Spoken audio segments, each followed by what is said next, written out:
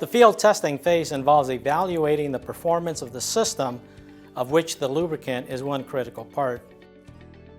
The testing phase will help validate whether the fleet is capable of operating on the proposed targeted service intervals with a margin of safety. We continuously monitor the equipment's performance using a variety of tools.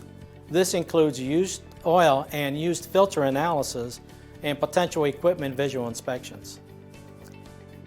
Let me provide a quick overview of the validation process. Equipment should be representative of other similar equipment in the fleet with regards to duty cycle, make, model, and technology, etc.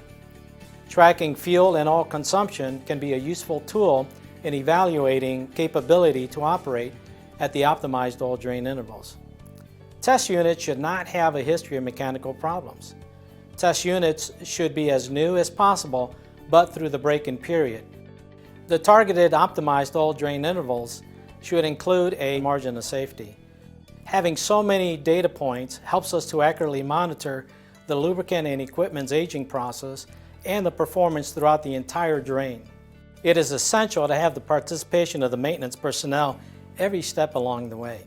The filter manufacturer also needs to be involved in the field validation study, and their part includes collecting and analyzing the filters for capability.